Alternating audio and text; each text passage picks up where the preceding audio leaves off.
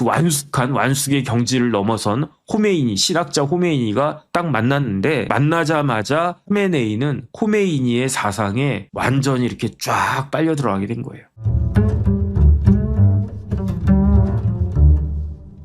아주 제가 이란 관련해서는 크게 3번 말씀을 드렸었거든요. 언제 말씀을 드렸냐면 작년 6월에 2025년 6월에 이스라엘하고 미국이 이란을 폭격했어요. 그래서 이스라엘이 이란 폭격해가지고 굉장히 많은 중요한 사람들이 죽었습니다. 어떤 사람들이 죽었냐면 그때 제가 적어놓은 걸 이렇게 쭉 봤더니 그 혁명수비대의 총사령관이 죽었고요.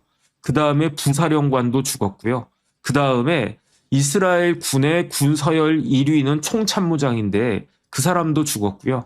그 다음에 이란도, 이란입니다. 제가 말씀 잘못 드렸는데, 이란 혁명수비대의 총사령관, 부사령관, 이란군의 총참모장, 군서열 1등, 우리로 치면 합참의장 같은 사람입니다. 이 사람들도 죽었고, 그 다음에 이란이 핵 개발하고 있었잖아요. 이란의 핵과학자, 아주 유명한 핵과학자, 아주 그냥 결정적인 핵과학자 2명도 죽었고, 이게 2025년 6월 13일 새벽에 있었던 일입니다. 공격한 주체는 이스라엘 공군이 공격을 했어요. 그래서 오퍼레이션 작전이란 뜻이죠. 오퍼레이션 라이징 라이언, 그러니까 사자가 일어나다. 이런 작전으로 이렇게 그 큰 성과가 있었는데, 그리고 난 다음에 그럼에도 불구하고 그 하메네이가 뭐 이렇게 계속 뭐 버티고 있으니까 6월 22일에, 그러니까 2025년 6월 21일 그 밤에 그 미국의 B2 폭격기가 떠가지고 GBU 57이라고 하는 벙커 버스터를 떨어뜨려가지고, 그래서 그 포르도, 나탄즈, 이스파한 이런 데 있는 이란의 핵시설을 폭격을 했었어요. 그게 언제였냐면 작년 6월 달이었다는 이야기죠. 그래서 그 일이 있었을 때 이 2025년 미국과 이스라엘의 이란 폭격에 대해서 말씀드리면서 그때 제가 알리 호세인이 하메네이에 대해서 간단하게 말씀드렸던 그 기억이 나고요. 그 다음에 올 초에도 이란에 관련해가지고 말씀을 드렸는데 왜 그랬냐면은 올 초에는 어떤 일이 있었냐면 작년 12월 29일에 바자르라고 하는 시장에서 시위가 발생을 했어요. 이란 경제가 완전 폭망해가지고 물가가 뭐 너무너무 오르고 그 다음에 환율도 어마어마하게 이렇게 폭락하고 그런 와중에 일반 반정부, 반체제 인사들이 아니라 아예 먹고 사는 그 테헤란의 가장 큰 시장에서 장사하고 있는 상인들이 이대로는 못 살겠다 해가지고 시위가 벌어지기 시작한 게 작년 12월 29일이었거든요. 그런데 이 시위가 어마어마하게 번졌죠. 그래가지고 굉장히 많은 사람들이 어떻게 됐습니까? 죽었다고 그랬어요. 그래서 제가 지금 찾아보니까 그러니까 그 공식적인 발표가 작년 12월 29일부터 지금까지, 그러니까 1월, 2월 2달 조금 넘게 진행된 이란의 반정부 시위에서 사망한 사람이 몇 명이냐면 무려 3,117명이었대요. 이게 어디서 이야기한 거냐? 이란 당국이 공식적으로 이야기한 게 3,117명인데 이야, 3,000명이 넘게 죽었어? 그러면 우리나라 5.18 광주 때 몇 명 죽었다고 그랬습니까? 정부 발표는 한 200명 조금 넘었던 것 같아요. 그런데 그 이상의 훨씬 많은 사람들이 세상을 떴다. 이렇게 저희 대학 다닐 때에는 황성혁 씨가 쓴 모를 넘어 그런 책이 있었어요. 거기에 사진도 많이 실리고 그때 이렇게 2,000명 넘게 사망했다. 그런 이야기가 있었는데 공식적으로 몇 명인지는 제가 정확하게 기억은 못하겠습니다. 근데 어쨌든 이란에서 지난 2달여 동안에 발생한 사망자가 이란 정부가 공식적으로 이야기한 것만 3,117명이었는데 그런데 다른 나라 거기 사람들은요, 외부에서는 공식 발표 못 믿겠다. 저도 못 믿겠어요. 아마 추정된 사망자가 몇 명이냐면 3만 명이 넘어요. 트럼프는 32,000명이 사망했다라고 했는데 제가 봤을 때 그 수치가 훨씬 더 신빙성이 있지 않나 그런 생각이 듭니다. 그래서 이러한 시위와 관련해 가지고 제가 그 연초에 1월 달에 간단하게 말씀을 드렸었는데, 그런데 그리고 난 다음에요. 저는 그 다음에 이제 뭐 팔라비 이야기도 하고, 팔라비가 막 봉기하라 뭐 이런 이야기를 갖다가 하고 그렇게 그랬었다고 제가 말씀드리지 않았습니까? 그런데 그 다음에는 시위가 어느 정도 이제 소강 상태에 쭉 빠졌던 것 같아요. 정부에서 3만 명을 죽일 정도, 저는 3만 명이 죽었다고 생각하거든요. 3만 명을 죽일 정도로 그 공포 정치가 딱 있으니까, 저 같아도 막 욱하는 마음이 들어도, 야, 잘못하다가 총 맞겠다. 총 맞아가지고 죽으면 어떡하냐. 병원도 꽉 찼다고 그러는데, 그러면 저 같아도 그냥 고개 푹 숙이고 그냥 눈치만 싹싹싹 보고 있지 않았을까. 그런 생각이 드는데, 그렇게 되니까 이게 이제 소강 상태가 딱 있었던 거죠. 그랬는데, 와, 28일이면 그 토요일이었습니다. 토요일 날 어떤 일이 벌어졌냐면, 미국이 그 다음에 이스라엘이 테헤란을 폭격을 한 거예요. 언제 폭격을 했냐면은 9시 45분에 폭격을 갖다 시작했어요.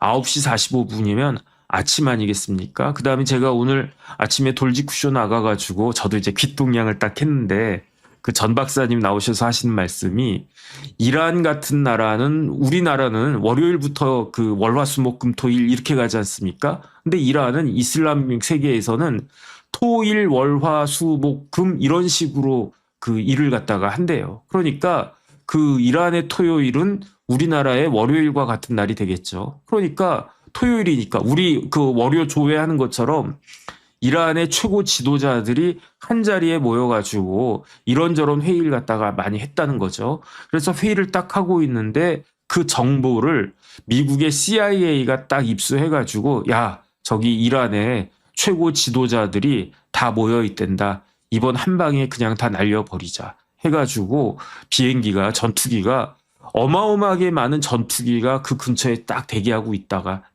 있었대요. 그러다가 테헤란까지 날아가가지고 정확히 하메네이가 회의하고 있던 그 지점에다가 폭탄을, 뭐 벙커버스터 같은 그런 폭탄을 30발을 그냥 다다다다다 다 떨어뜨렸대요. 그럼 어떻게 됐겠습니까? 거기에 있었던 사람들이 다 폭사한 거죠. 그러면 트럼프 대통령은 왜 그 폭탄 떨어뜨려가지고 죽였을까요? 예를 들어서 베네수엘라의 마두로 같은 경우는 어떻게 했습니까? 새벽에 잠자고 있는데 델타 포스 요원들 딱 들여보내가지고 마두로하고 그 와이프하고 생포해가지고 미국으로 가서 거기서 이제 지금 아마 재판 뭐 하든지 뭐 그러고 있을 겁니다. 그런데 이란은 왜 그렇게 잡아가지 않고 그 폭사를 시켰을까요? 제 생각에 첫 번째는요. 이란하고 베네수엘라는, 베네수엘라는 남미에 있고 이란은 중동에 있기 때문에 사실은 데리고 가기가 힘들었겠죠. 그 다음에 하메네이가 몇 살입니까? 39년생이에요. 39년 7월 17일생인가? 뭐 제가 그렇게 적어놨던 것 같은데, 그래서 재헌절이 생일이네? 제가 그렇게 적어놨던 것 같은데, 지금 또 이렇게 보니까 4월 19일로 돼 있네요. 뭐 어쨌든 하메네이가 그 나이가 거의 87세 아니겠습니까? 39년생이니까. 지금 2026년생이니까 86세하고도 몇 달 그렇게 더 산 사람이 되니까 너무 고령이 되어 있는 거죠. 그 다음에 이란, 특히 테헤란의 위치가 굉장히 내륙 쪽에 딱 있고, 그러니까 그 하메네이를 생포하는 것은 무모하다. 그렇다라고 하면 어떻게 해야 될 것인가? 그렇다라고 하면 그 살해하는 게, 죽이는 게 낫겠다 해가지고 폭탄 투하해서 그 하메네이를 그 사망하게 만들었던 그런 것 같고, 그래서 이 공습으로 인해 가지고 지금까지 이란에서 사망한 사람들이 282명이래요. 근데 그 중에는 뭐 잘못해서 이제 초등학교가 무너져 가지고 어린이들도 많이 죽었다라고 그러는데, 참 뭐 안타깝다는 그런 생각이 듭니다. 걔네들이 무슨 죄가 있겠습니까? 뭐 어쩔 수 없는 거죠. 그 다음에 그런데 이 죽은 사람들은 어마어마한 사람들이 죽었어요. 누가 죽었느냐? 하메네이가 죽었고, 뭐 딸도 죽고, 뭐 사위도 죽고, 뭐 며느리도 죽고, 뭐 그랬다고 그랬어요. 하메네이 일가가 많이 죽었고, 그 다음에 또 누가 죽었냐면 혁명수비대 총사령관이 죽었어요. 그 다음에 국방부 장관도 죽었어요. 그 다음에 그 이란군의 총참모장도 죽었고 항공우주군 사령관도 죽었고 그 다음에 이란군의 정보국장도 죽었대요. 이 사람은 죽어 마땅하지. 왜냐하면 정보국장인데 미국이 그 다음에 이스라엘이 공습할 거라고 하는 걸 몰랐으니까 죽음으로써 사죄해야지. 자기 임무를 제대로 못했으니까. 그 다음에 최고 지도자실 그 군무국장도 죽었고 참모 차장도 죽었고. 그런데 제가 좀 전에 말씀드렸잖아요. 작년에 누가 죽었다고요? 혁명수비대 총사령관, 총참모장 이런 사람들이 죽었다고 그랬잖아요. 작년에. 그래가지고 그 사람들을 죽은 사람 대신에 그 총참모장으로 승진한 사람이 있었고 총사령관으로 승진한 사람이 있었을 텐데 그 사람들이 1년도 안 돼가지고 또 죽은 거예요. 그 다음에 이제 좀 이따 말씀드리겠지만 아마디 네자드라고 하는 사람이 있는데 이 사람이 전직 대통령입니다. 전직 대통령인데 이 사람도 죽었고 그래가지고 토탈 282명이 죽었는데 그런데 당분간은 아마 트럼프 대통령이 그 이란 폭격을 계속하지 않을까 일단 그런 생각이 들고 그 다음에 트럼프가 명백하게 밝혔어요. 뭘 밝혔냐면 이번 폭격의 목적은 뭐냐? 레짐 체인지다. 레짐 체인지가 뭡니까? 정권 교체다. 아이씨, 정권 교체. 우리는 정권 교체를 당하고 말았습니다. 어쨌든 근데 트럼프는 이란의 정권, 레짐을 체인지하겠다. 레짐 체인지를 목표로 하고 그것을 아마 레짐 체인지가 될 것 같습니다. 레짐 체인지가 되면 어떻게 될까요? 그러면은 지금 이란을 그 지배하고 있는 저 이슬람 그 정권은 붕괴하고 아마 팔라비가 다시 그 왕정으로 되돌아갈 가능성이 상당히 있지 않을까 그런 생각이 들고요. 그 다음에 이 작전의 이름이 뭐라고 그랬습니까? 오퍼레이션 에픽 퓨어리라고 그랬어요. 퓨어리라고 하는 것은 분노가 막 불 끓는다. 이때 퓨어리. 그 다음에 에픽은 뭡니까? 이게 뭐 어마어마한 분노, 뭐 장대한 분노, 뭐 엄청난 분노, 막 이렇게 그 번역들을 했던데 에픽하니까 그게 제가 딱 맞는 단어가 생각은 안 나는데 에픽이라고 하는 게 무슨 뜻입니까? 그게 서사시라고 하는 뜻이잖아요. 서사시. 역사적인 어떤 그러니까 그 트럼프 대통령이 그냥 뭐 그레이트 퓨어리 뭐 엄청난 분노 뭐 이런 식으로 이름을 짓지 않았어요. 에픽이라고 하는 단어를 썼어요. 이 에픽이라고 하는 단어를 썼다라고 하는 것 자체가 트럼프가 아주 굉장한 그 결의를 가지고 있다. 어떤 결의를 가지고 있느냐. 역사에 남을 만한 작전이다. 어떻게 역사에 남겠는가.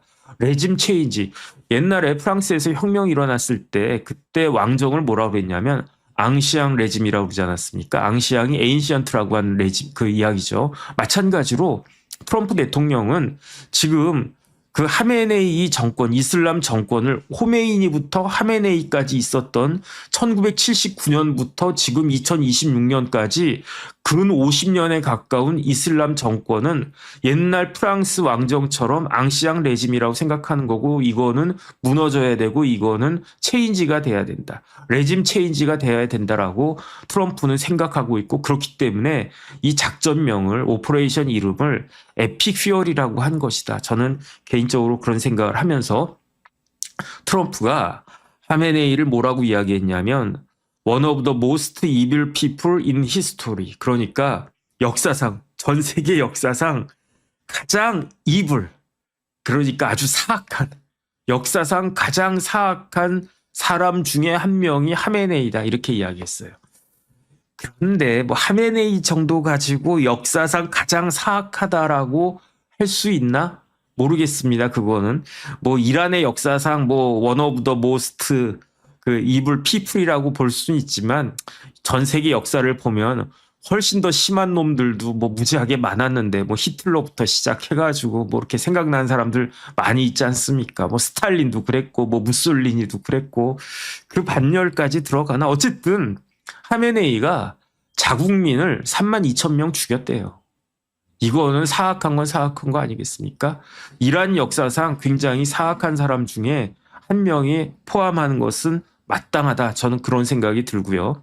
그 다음에 하메네이가 그 왜 이렇게 그걸 갖다 했을까요? 그야말로 노욕이었다는 생각이 들고 근데 저 같으면은 하메네이가 돈도 많거든요. 돈도 어마어마하게 꾹쳐놨어요. 그래가지고 뭐 모스크바로 이렇게 뜬다, 뭐 떴다, 도망갔다 이런 이야기도 쭉 있었는데 모스크바로 가기에는 나이가 너무 많았나? 모스크바로 가기에는 좀 쪽팔렸나? 어쨌든 미국을 너무 얕봤나?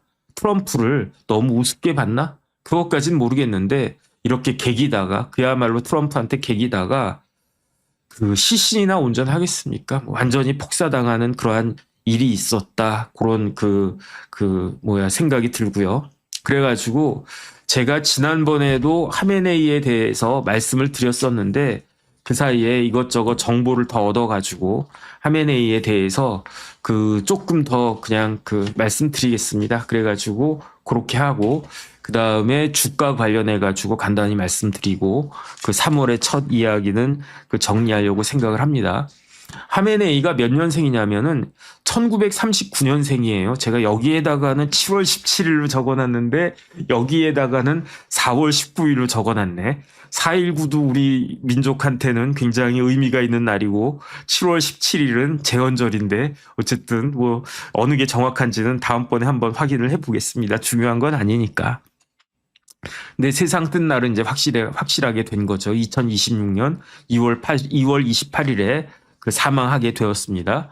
하메네이는 어디서 태어났냐면요. 이란의 북동부에 마슈아드라고 하는 동네가 있대요. 거기에서 빈민가에서 태어났대요. 빈민가에서 태어났는데 아버지는 어떤 사람이냐면 아버지도 당연히 하메네이였겠죠. 세이에드 자바드 하메네이였는데 이 아버지가 성직자였대요. 성직자였는데 그렇게 높은 성직자는 아니었던 것 같고 가난한 사람이었대요. 가난한 사람이었고 하메네이는 8남매 중에 둘째였대요. 8남매 중에 둘째. 저희 아버지도 8남매 중에 둘째셨는데 뭐 그거는 이제 하메네이랑 똑같네요. 둘째 아들로 딱 태어났는데 이란은 옛날에 어떤 나라였습니까? 페르시아였단 말이에요. 역사적으로 이란은 페르시아인데 그런데 하메네이는 페르시안이 아니에요.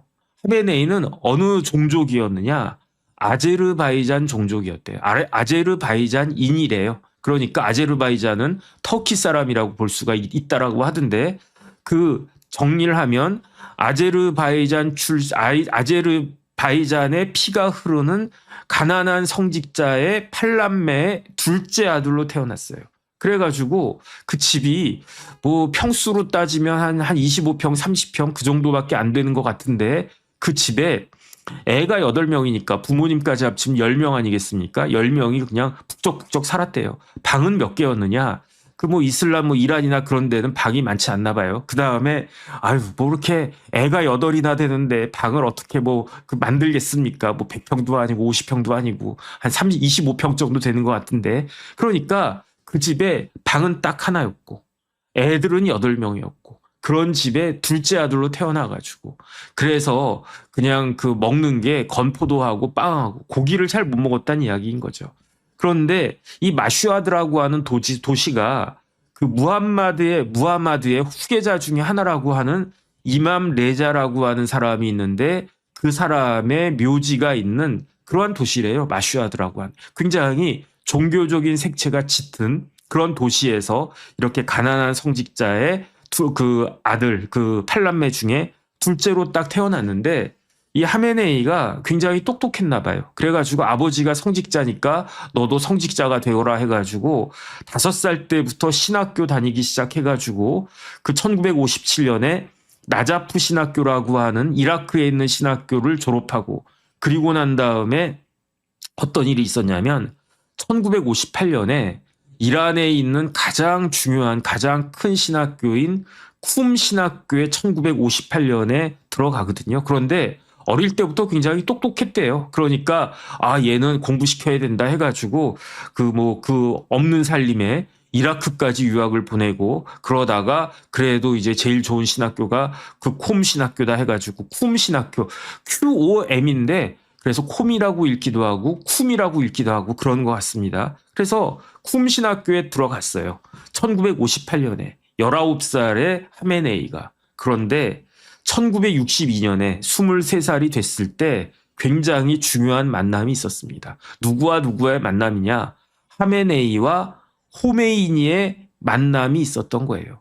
호메이니도 그랜드 아야톨라인가 뭐 대아야톨라 해가지고 굉장히 그 성직자 중에 최고 성직자라는 거 아니겠습니까? 호메이니가 쿰 신학교의 교수로 부임을 한 거예요. 교수로 부임해서 1962년에 23살짜리 하메네이와 그 다음에 그 호메이니가 1902년생인가 아마 그럴 거예요. 그 거의 뭐 이제 그 완숙의 경지를 넘어선 호메이니, 신학자 호메이니가 딱 만났는데 만나자마자 하메네이는 호메이니의 사상에 완전히 이렇게 쫙 빨려 들어가게 된 거예요. 완전히 쫙 빨려 들어가게 됐는데 먼저 그 이야기를 하기 전에 하메네이에 대해서 조금 더 말씀을 드리면 아버지는 우리로 치면 그냥 가난한 개척교회 목사님 생각하면 딱 맞을 것 같아요. 거기에 애들 북적북적 거리고 그러는데 아버지가 무지무지하게 권위적이었던 거예요. 그러니까 알라신의 뜻이다 그러면서 막 때려. 너 왜 알라신의 뜻대로 안 했어? 너 오늘 기도 몇 시간 했어? 3시간 막 5시간 하라고 했지. 일봐. 뭐 그러지 않았나? 어쨌든 이거는 뇌피셜인데 하메네이 아버지는 권위적이었고 그러니까 아버지가 권위적이면 애들은 어떻게 되겠습니까? 아빠 눈치 이렇게 막 봐야지. 그러면 집안에서 방이 하나밖에 없어요. 몇 남매인지 모르게 아들이 몇이고 딸이 몇인지 모르겠는데 어쨌든 둘째인데 아들인데 그런데 애들이 이렇게 쫙 있는데 아빠 눈치만 막 이러고 있는 거예요. 그럼 어떻게 되겠습니까? 애들이 8이면요 시끄러워야 되지 않겠습니까? 애들이 8이면 뭐 우리나라 같은 경우에는 뭐야 그 층간소음 있고 막 그럴 것 같은데 뭐 그 집은 1층이겠지. 그 다음에 층간소음도 없었을 거예요. 왜냐 아빠가 권위적이니까 다들 눈치 보니까. 집에서는요 침묵만 흐르고 있었대요. 침묵만. 그냥 아빠가 그냥 나가면 조금 떠드나? 근데 아빠 오시면 조용하고 이런 집이었대요. 그러니까 머리가 좋은 하메네이는 어디에 빠져들게 되었는가? 문학에 빠져들게 되었대요. 그래가지고 하메네이가 그 즐겨 읽었던 책이 톨스토이의 작품 중에서도 뭐 부활도 있고 뭣도 있고 많이 있지 않습니까? 그런데 톨스토이의 대작 중에 대작 전쟁과 평화를 좋아했고 그 다음에 가장 그 존경했던 작가가 누구였냐면 빅토르 위고였대요. 빅토르 위고의 그 가장 대표적인 그 작품이 뭡니까? 그게 레 미제라블. 레 미제라블은 비참한 사람들이라는 뜻이죠. 미저러블, 더 미저러블스 뭐 이렇게 되겠죠. 영어로 하면. 그러면서 나도 그 작가가 되야겠다. 내가 이렇게 좋은 작품을 써야 되겠다. 그러면서도 뭐를 갖다가 그러면 소설가가 될까? 아니야, 나는 시가 더 멋있는 것 같아. 그래서 이 하메네이가 이런 사람이었는데 뭘 꿈꿨냐면 젊었을 때는 이른바 문청이었대요. 문학 청년. 그러면서 나는 시인이 될 거야 해서 막 시도 막 쓰고 막 그랬을 겁니다. 저도 옛날에 시를 좀 썼었어요. 제가 중학교 때 문예부 했었고요. 고등학교 때도 문예부를 했었는데 저희 고등학교 경문고등학교 제가 문예부였습니다. 이래봬도. 그런데 우리 경문고등학교 문예부 선배들은 그 시를 써오라고 하고 막 때렸어. 시 써오라고 해가지고 딱 써가면은 이게 시냐 그러면서 막 우리 문예부 애들 막 때렸어. 그래가지고 제가 맞은 기억은 안 나는데 어쨌든 그런 걸 보면서 저는 이제 나는 시인이 되기는 어렵겠구나 해가지고 시하고는 멀어졌던 것 같은데 어쨌든 하메네이도 문학 청년으로서 시인이 되고 싶었대요. 그래가지고 그 죽기 전까지도 뭐 얼마 전까지인지는 모르겠는데 어쨌든 집권한 다음에 라흐바르라고 그랬어요. 라흐바르가 리더란 그 뜻이었습니다. 근데 대통령 위에 일하는 라흐바르가 있다고 그랬잖아요. 이 라흐바르가 그냥 굳이 영문으로 번역하자면 수프림 리더라고 한 뜻인데 라흐바르가 된 게 37년 됐다고 그랬잖아요. 그러니까 라흐바르로 취임된 이후에 자기 이제 관저로 시인들을 쫙 초청해가지고 정혁진 시인 한번 시 낭송 좀 해보지. 그래서 아름답도다 뭐 이렇게 딱 하면은 왜 슬픈 기억은 왜 슬픈 예감은 틀리지 않나 뭐 이렇게 딱 쓰면 에라이 나가라 뭐 이랬다는 거예요. 그래가지고 집무실에서 매년 뭐 최근에도 그랬는지 모르겠는데 매년 시낭송회를 시인들 불러가지고 시낭송회를 하고 그 다음에 또 이렇게 딱 들어보고 작품 품평회도 하고 뭐 그랬대요. 그런데 젊었을 때 진짜 시인 하메네이 말고 진짜 시인 중에 유명한 시인 중에 누가 있냐면 세이에드 카림 아미리 피루즈 쿠히라고 하는 이란의 유명한 시인이 있대요. 유명한 시인이 하메네이를 딱 보면서 뭐라고 이야기하냐면 하메네이 뭐 누가 나이가 더 많은지 모르겠습니다. 하메네이 딱 부르더니 하메네이 당신은 시에다 시간 낭비하지 말고 더 중요한 일을 하라 이렇게 이야기를 했대요. 그 말은 뭡니까? 당신은 시 쓰는데 시인 되기에는 좀 재능이 부족해. 뭐 이런 뜻 아니겠습니까? 시보다는 더 중요한 일에 집중하라고 이렇게 이야기했대요. 진짜 시인이. 그러니까 뭐 이렇게 뭐 좋게 생각하면은 내가 굉장히 능력이 많으니까 다른 일을 갖다가 해야 돼. 근데 더 중요한 이야기는 뭐냐면 시인으로서의 자질은 부족한 사람이었다. 그래서 제가 이 이야기를 듣고 누가 생각이 나냐면 어떤 변호사님이 생각이 났어요. 그 변호사님이 무지무지무지하게 유명한 변호사님입니다. 그래가지고 뭐 서울대 법대 수석했나 뭐 아마 그럴 거예요. 서울대 법대를 수석했는지 사법연수원 수석했는지 어쨌든 탑 오브 탑 클래스에 있는 변호사님인데 그 뭐 서울대 법대 나와서 판사하고 뭐 그 다음에 아주 유명한 변호사님이 되셨는데 변협 회장도 하시고 그분 아버지가 그 김동리 선생이었대요. 그래가지고 이제 아버지가 유명한 어마어마한 그러한 작가 아닙니까? 그러니까 그 동리의 아들로 딱 태어나가지고 나도 그 뭐 작품 좀 써봐야지 해가지고 그 변호사님도 시를 갖다가 딱 시였을 거예요. 무슨 뭐 단편 소설이나 이건 아니었던 것 같고 시를 갖다가 딱 써가지고 고등학교 때 아버지 제가 시를 썼습니다. 한번 봐주세요라고 딱 했더니 그 동리 선생이 이렇게 쓱 보더니 야 너는 그냥 공부나 해라 그랬대. 그래가지고 뭐 화가 나기도 하고 쪽팔리기도 하고 열받기도 하고 막 그랬겠죠. 그래가지고 분발해서 열심히 공부하셔가지고 유명한 변호사님이 되셨는데 하메네이도 비슷하지 않았나 그런 생각이 듭니다. 어쨌든 예술가는요, 천재성이 있어야 되잖아요. 노력한다고 되는 게 아니지 않습니까? 모차르트라고 또 누가 있었지? 그때 아마데우스 그거 했던 살리에리인가? 뭐 보면은 아무리 열심히 해도 그 한 단계 넘사벽이라고 한 게 있는 것 같아요. 제가 봤을 때는. 물론 그 천재성을 타고 나서 거기에다가 노력을 해야 되지만 저 같은 사람이 아무리 노력을 한다고 해도 매일같이 달리기를 10시간씩 막 이렇게 한다고 해도 그런다고 해도 제가 뭐 100m 뭐 한 13초나 뛰겠죠. 제가 뭐 우사인 볼트 같이 뛰겠습니까? 그 다음에 누구죠? 그 최가온 선수 같이 제가 어렸을 때부터 보드에 쫙 빠져 있어. 그래가지고 열심히 뭐 하루에 뭐 열 몇 시간씩 보드 탄다고 해도 제가 뭐 그걸 갖다가 하프 파이프 같은 거 할 수나 있겠습니까? 괜히 넘어져가지고 꼬리뼈 하나 다치고 그러겠지.